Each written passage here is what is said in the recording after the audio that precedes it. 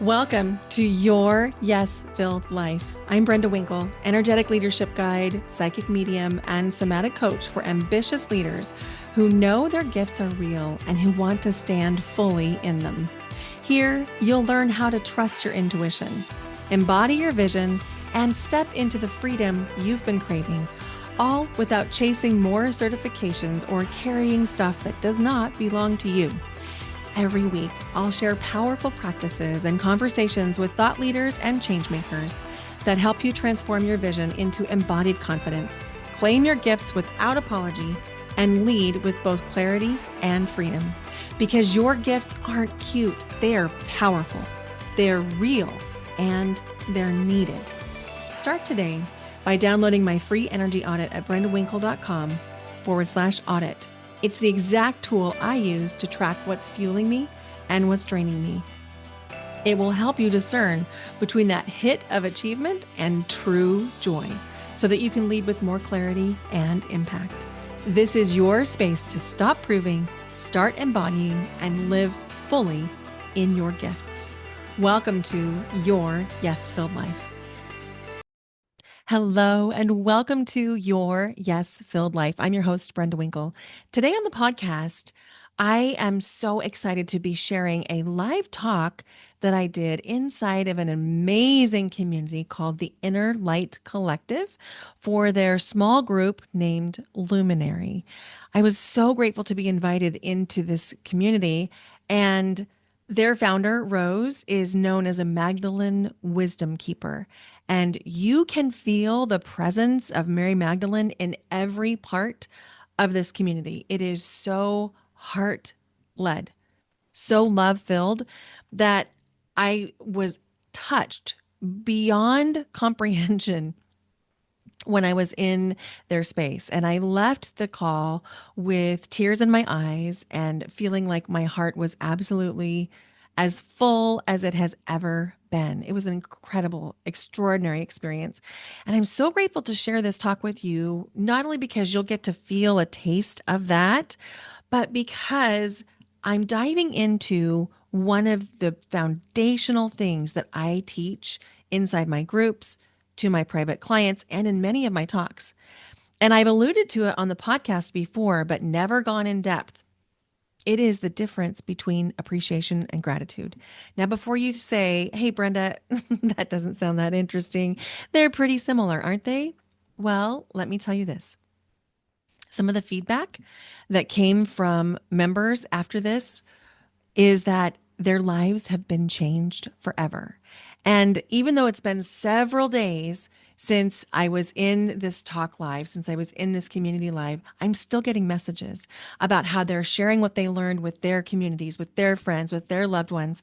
And it's making such a difference in how they feel, in the hopefulness that they carry, and in the ideas that are coming through because they feel so much different, so much better in their bodies, in their lives, in their hearts. And I can't wait to share this with you.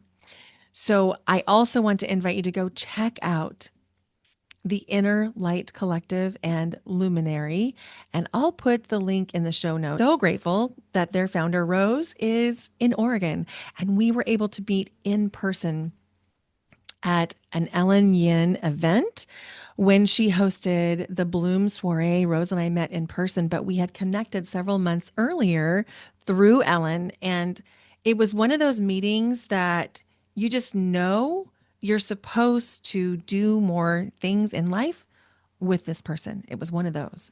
So without further ado, let's jump into it. Here is the talk for the Inner Light Collective and Luminary. Um, I am so excited. Again, we have Brenda today with us, and I've been looking forward to her joining us. She is a colleague here in the Pacific Northwest and just an absolutely lovely, abundant woman. And I'm always magnetized to them, of course. And so I've been looking forward to her joining us and coming in and sharing here in the collective and in especially with our lumen trace. You are the crown jewel queens of Inner Light Collective. So Brenda Winkle is she's an energetic leadership guide. She is an intuitive channel, and a somatic mentor, which I love. She supports visionary professionals, founders, entrepreneurs, women personally to reclaim their energy and to trust their inner knowing and lead with clarity, soul, and ease. And when you're in her, as you will notice, when you're in her energy and in her presence, you receive from a place exactly what you need, exactly where you are. I notice that every time that I am in Brenda's presence and in her energy, she blends decades of experience and leadership and in education with intuitive gifts and energy and healing and trauma-informed somatic work. And she also supports high capacity leaders, executives, educators, physicians, creatives, and spiritual seekers through transitions that demand more than mindset alone. And many of us can relate to that. And you probably are already noticing how she can meet anyone, anywhere, and really serve them. She's got this grounded yet expansive approach that helps and supports leaders come home to themselves and lead from presence and not pressure. And you know, I love that because I'm all about presence versus performance.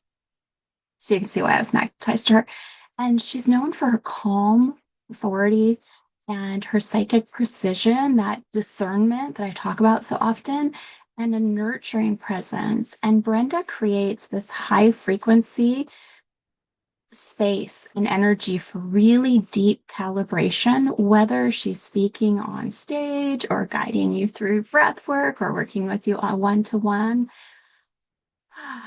If you're ready to step into your next chapter, I love you're in the right place here with Brenda. And Brenda, again, I am so honored that you're here, and I would love to pass to you and just hand the mic and the space to you, love. Thank you for having me. I'm just so thrilled to be here and so grateful that I was able to listen to each of you talk about how you have been experiencing abundance. And one of the things that stands out to me is your capacity to notice what's good, your capacity to allow yourself to enjoy and receive what's good. And I really want to highlight that because it is special. Not everybody can do that. And the fact that you did it so easily with a prompt from Heather, and you just passed it around the room, I just felt chills and so much joy and honored to be in your presence.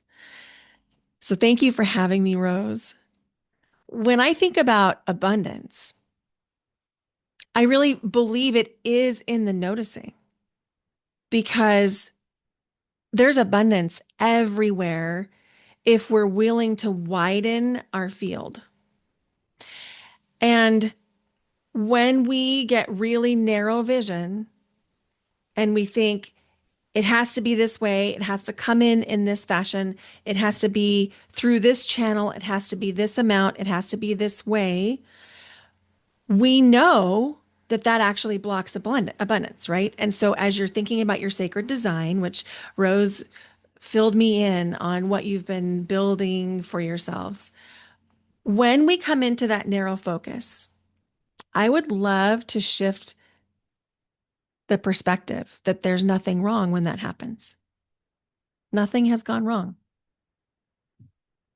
Your body, your nervous system is responding exactly how it's supposed to respond. When your focus narrows, it's because your nervous system has read something that you're doing as a potential threat.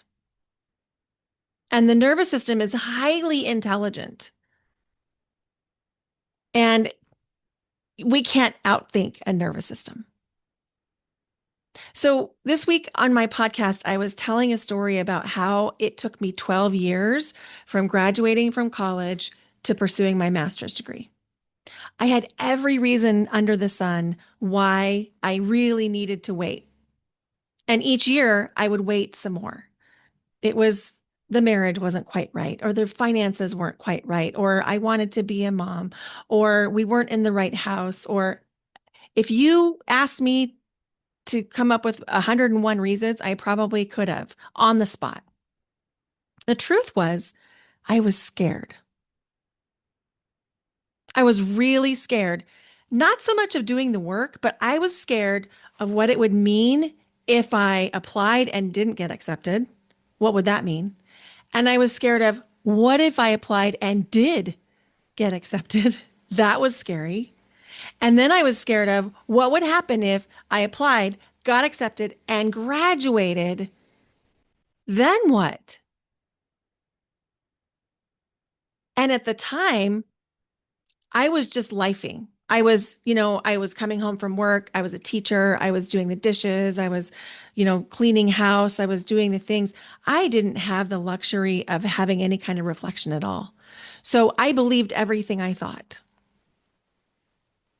And it wasn't until I was actually in that master's program that I realized I want to know more about how our bodies are interacting with everything else. And my culminating project for my master's degree was an ethnographic sketch on the impact of trauma in the body. That was my doorway into what I do now. And so when we think about our field getting really narrow, it has to come in this way. It has to be this client. It has to be this offer. It has to be this much. Nothing has gone wrong. Your nervous system is activated. Your nervous system is doing exactly what it's supposed to do. It's supposed to keep you safe, right? So if we don't tend to our nervous system as we get ready to expand and to widen our field and to see more abundance, we'll end up believing everything we think. And our thoughts are not facts, and our feelings are not facts. So, what we've done here is we've just widened our field. Can you feel it? So, to land this plane, so to speak, from where we started thinking about abundance, when we're feeling really abundant, we have these wide fields. We can see lots of different things. We can notice the leaves on the trees and every petal on the flower. And we can notice the pennies that we're saving or the pennies that we find. And we can notice the rest. And when our vision narrows, nothing has gone wrong. It's our nervous system's way of communicating. I'm in stress right now, or perhaps distress. And so when we notice that our vision is narrowing, we're getting stuck in the hows. How is it going to work? How is it going to come in? When we notice that, if we cannot make it mean anything, except, oh, I'm activated. Something's going on for me. I'm in pain. I'm in fear. Something's going on for me. And then tend to whatever that is. Then we can widen our own fields. So there's a lot of ways we do this. One of the ways is through breath work, which we just did. You can pop a song on, a favorite song, and you can do the exact breath pattern that we did today and feel really, really different. And when you're really activated, you're not going to remember how to breathe. You're not going to remember that breath work is a tool, right?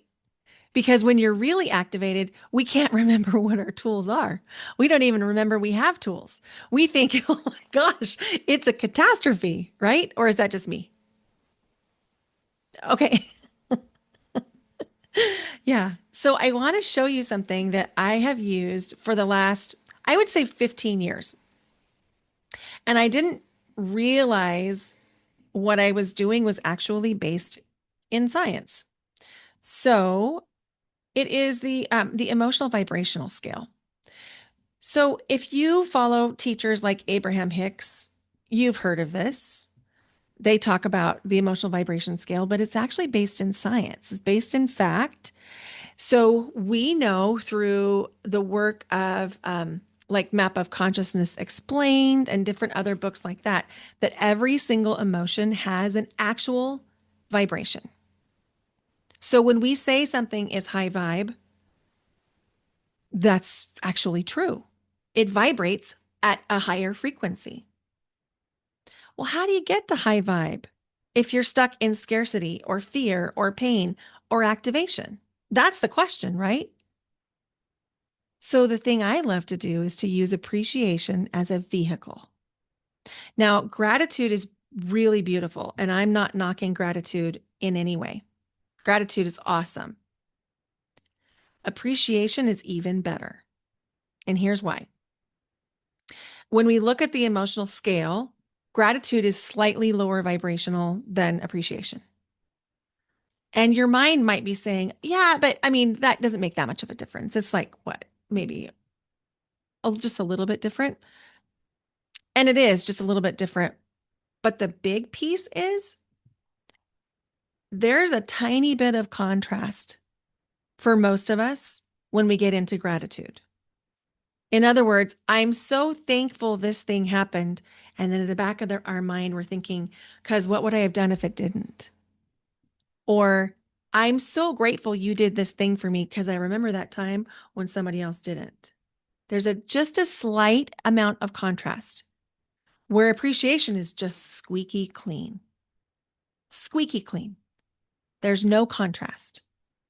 So I'd invite you to try it right now. Just say to yourself, find something in your space and just say, I'm really grateful for this thing. It could be a pen. It doesn't have to be like moral high ground here, just like something in your space that you can be grateful for. Just, I'm really grateful for whatever it is.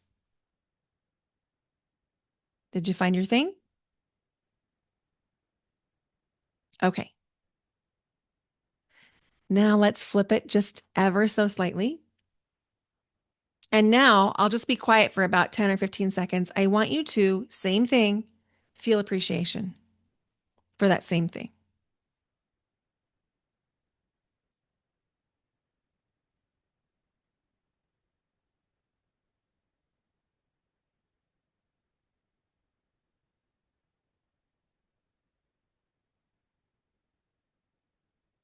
It's shocking, right? Absolutely shocking. It's such a small thing. It's like the small hinge that swings a big door. It's mind blowing. When we use appreciation as a vehicle, you can shift things instantly.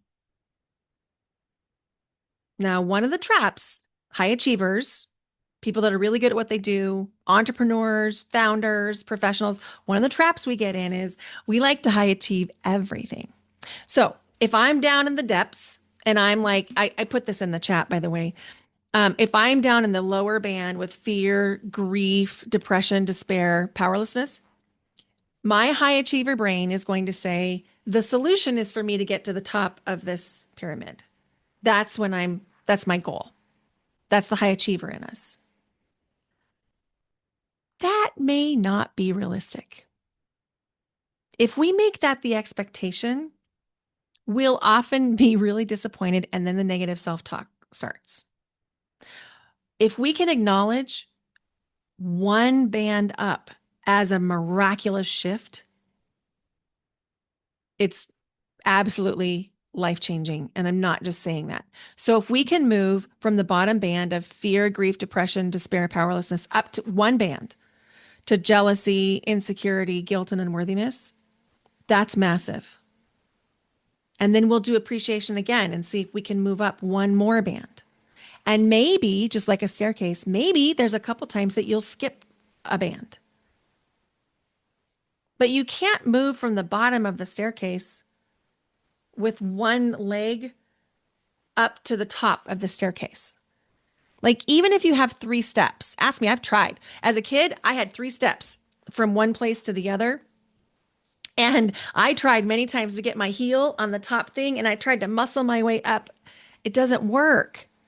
And the same thing works on this pyramid that if you try to move from fear, grief, depression, despair, and powerlessness all the way up to joy, love, and passion, it's going to feel like you're trying to do the splits in your life. And when we get to trying to do the splits in our life, then the negative self talk comes up. And then we're like, ah, never mind. I wasn't good at this anyway. Right. So we want to be super gentle with ourselves and hold ourselves accountable, but super gentle with ourselves in allowing us to move up one band and then one band. And maybe it takes you a week and a half to move up one band, and that's okay. We're not in a race here. It gets to be okay to be wherever you are.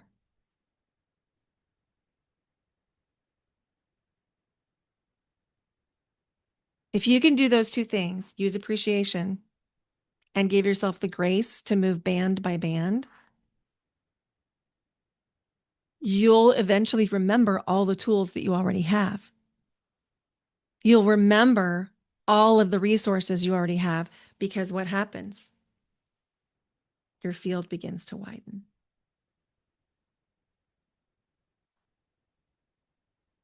I'd love to know what questions come up for you.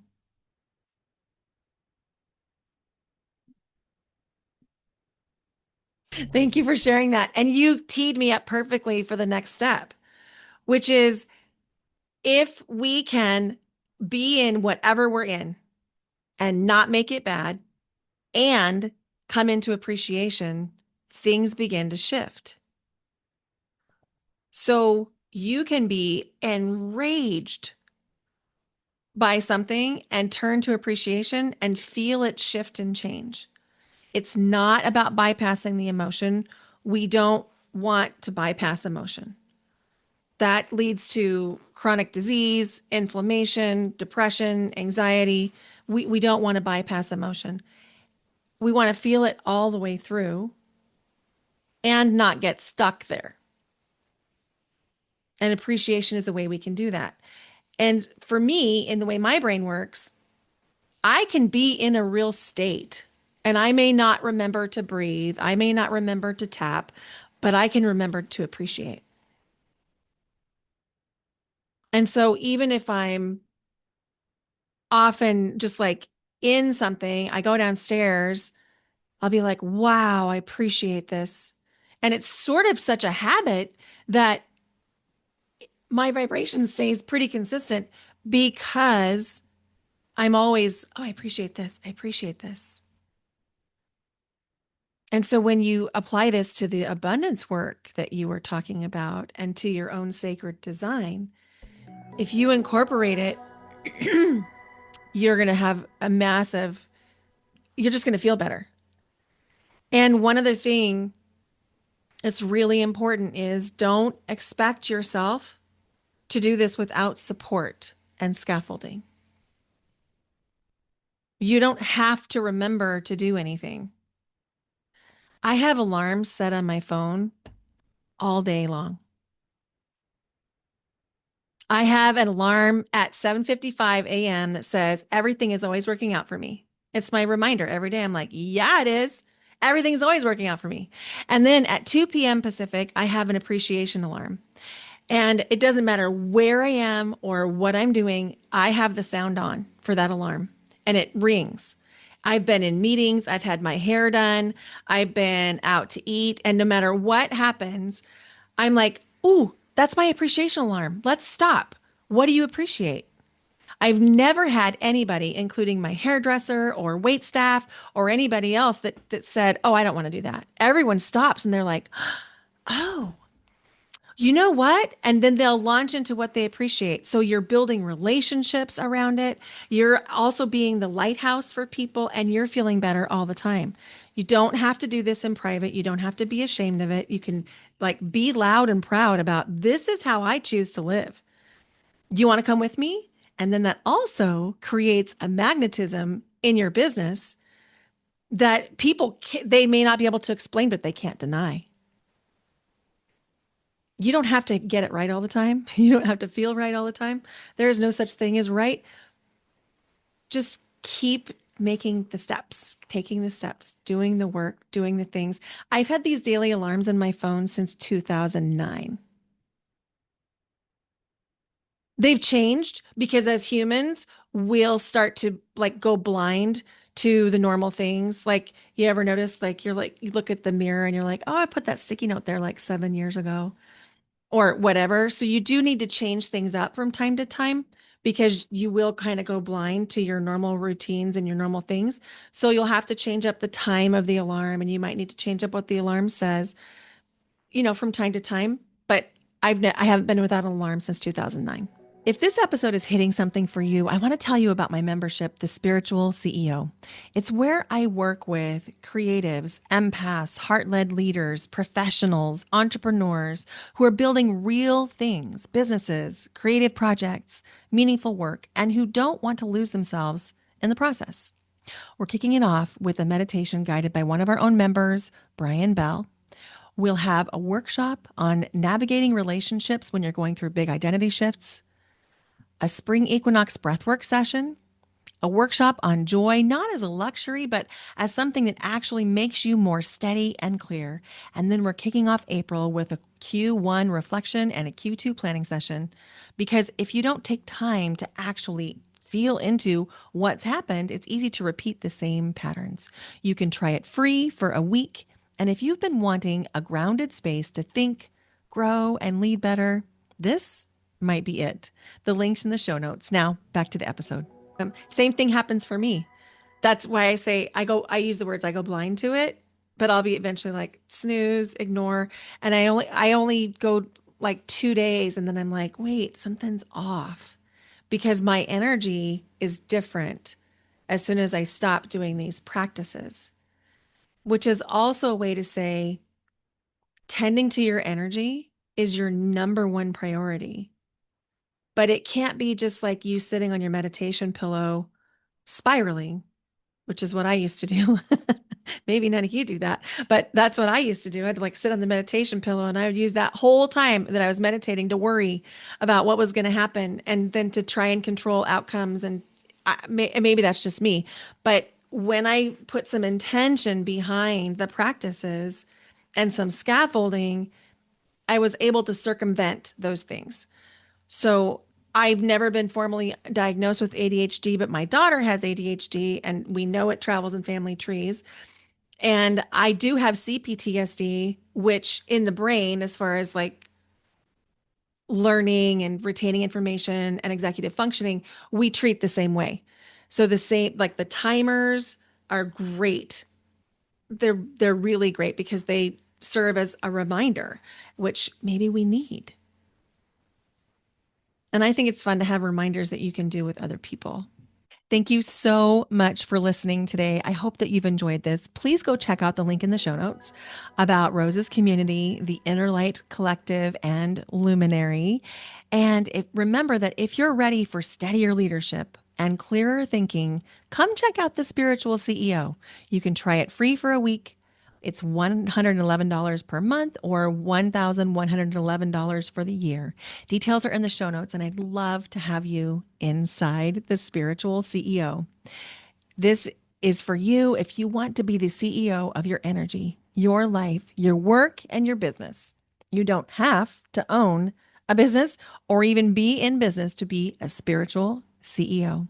Thank you so much for listening to Your Yes Filled Life. If you enjoyed this episode, would you please consider sharing it with a friend and leaving the podcast a rating and review wherever you're listening? You can Google how to do that if you're not sure. You could ask ChatGPT how to do that if you're not sure. It takes about 30 seconds and it makes such a difference for the podcast. Thank you for being here. Thank you for listening. I do not take it for granted. I appreciate you more than you could ever know. Bye for now. Until next time.